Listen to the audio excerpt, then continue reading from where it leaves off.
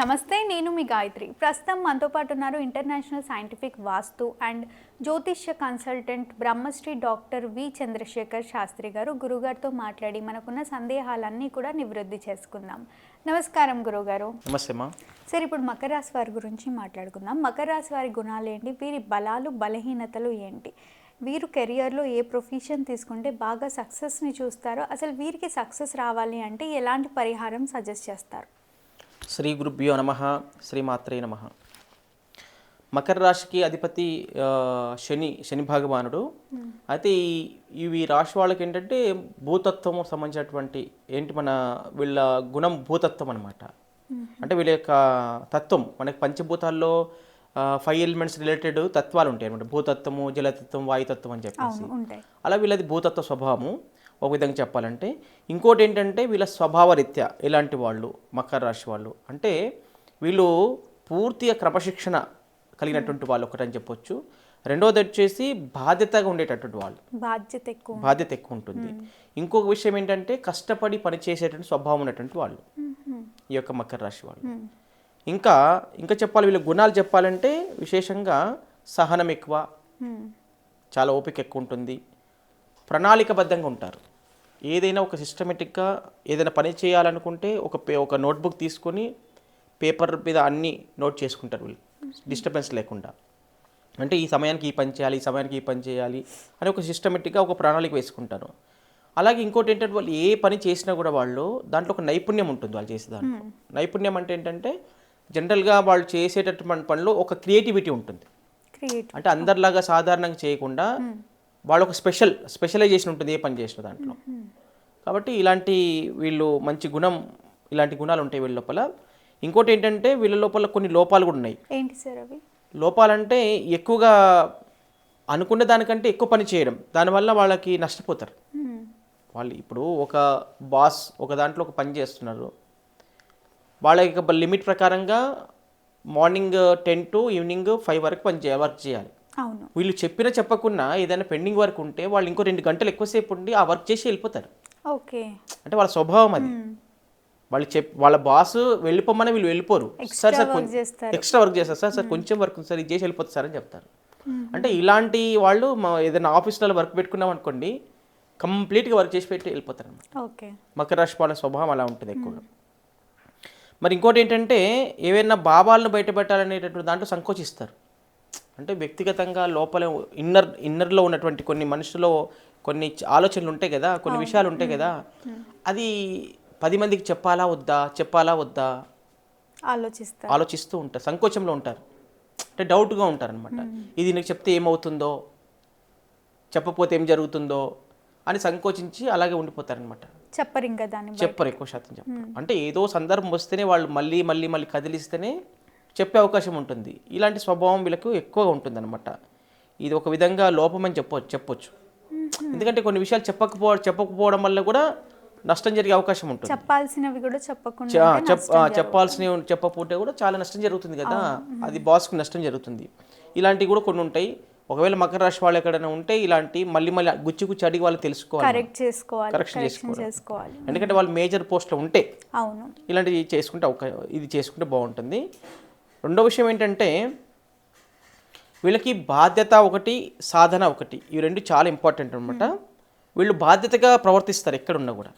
అంటే ఇది నా రెస్పాన్సిబిలిటీ, ఇది నేను చెయ్యాలి, నా సార్ చెప్పాడని కాకుండా వాళ్ళకి వార్షిక యోజన అంటే ఇయర్ ప్లాన్లో ఏముందో అది మొత్తం ఇయర్లో వాళ్ళు కంప్లీట్ చేయడానికి ప్లాన్ చేసుకుంటారు టోటల్గా.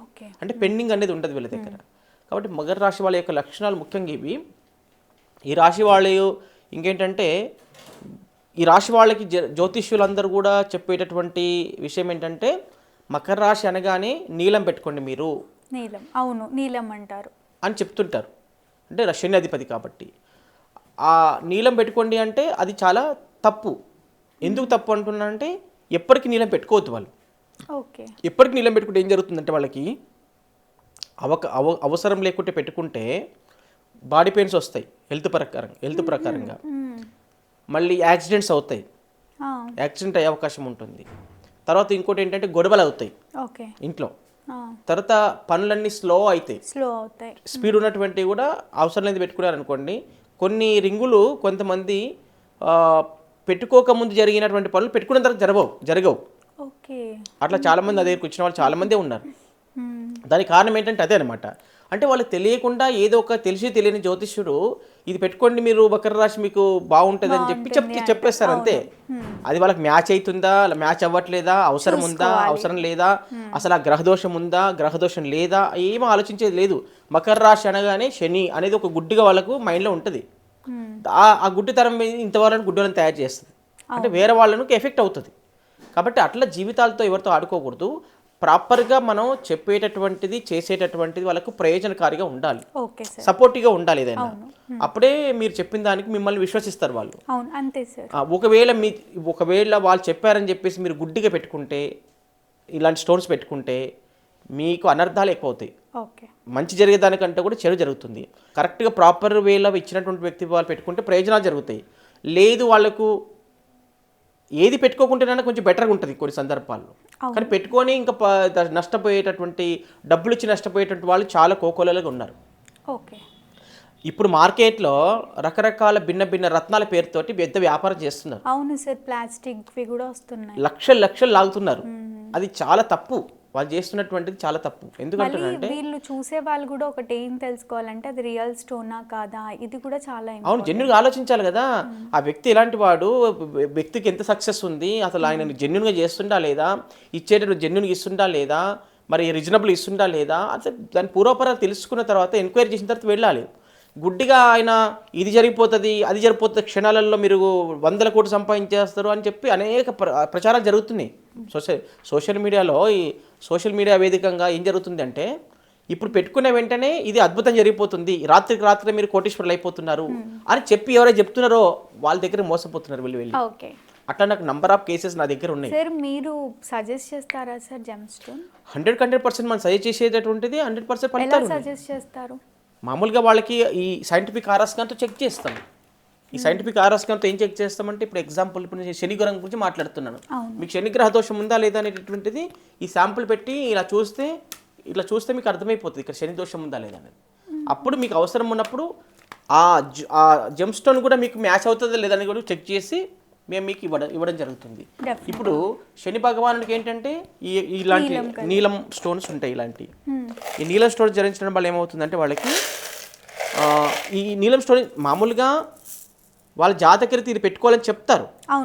కానీ ప్రాపర్గా మనం స్కానర్తో చెక్ చేసి మ్యాచింగ్ అయితేనే ఇది పెట్టుకోవాలి.